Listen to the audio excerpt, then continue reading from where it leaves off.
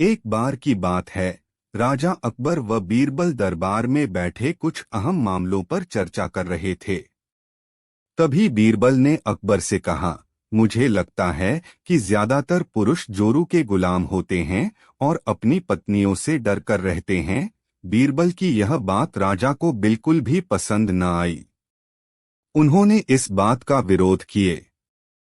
इस पर बीरबल भी अपनी बात मनवाने पर अड़ गए। उन्होंने राजा से कहा कि वे अपनी बात को सिद्ध कर सकते हैं, मगर इसके लिए राजा को प्रजा के बीच एक आदेश जारी करवाना होगा। वह आदेश यह था कि जिस पुरुष के अपनी पत्नी से डरने की बात सामने आएगी, उसे दरबार में एक मुर्गी जमा करानी होगी। राजा बीरबल की इस बात पर तैयार हो गए। अगले ही दिन प्रजा के बीच आदेश कराया गया कि अगर यह बात सिद्ध हो जाती है कि कोई पुरुष अपनी पत्नी से डरता है, तो उसे दरबार में आकर बीरबल के पास एक मुर्गी जमा करवानी होगी। फिर क्या था, देखते ही देखते बीरबल के पास ढेरों मुर्गियां इकट्ठा हो गईं और सैकड़ों मुर्गियां महल के बगीचे में घूमने लगीं। अब बीरबल राजा के पास पहुंचे और बोले, महाराज, महल में इतनी मुर्गियां इकट्ठा हो गई हैं कि आप एक मुर्गी खाना खोल सकते हैं, इसलिए अब आप इस आदेश को वापस ले सकते हैं।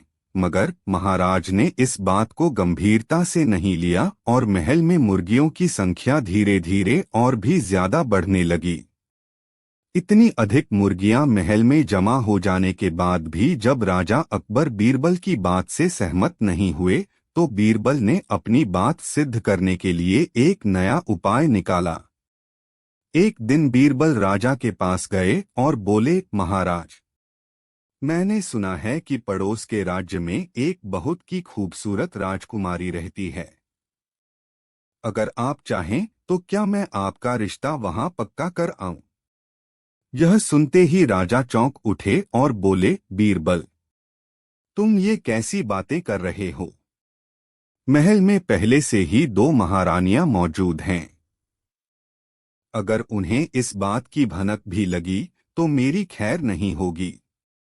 यह सुनकर बीरबल ने तपाक से जवाब दिया, चलिए महाराज, फिर तो आप भी मेरे पास 2 मुर्गियां जमा करा ही दीजिए।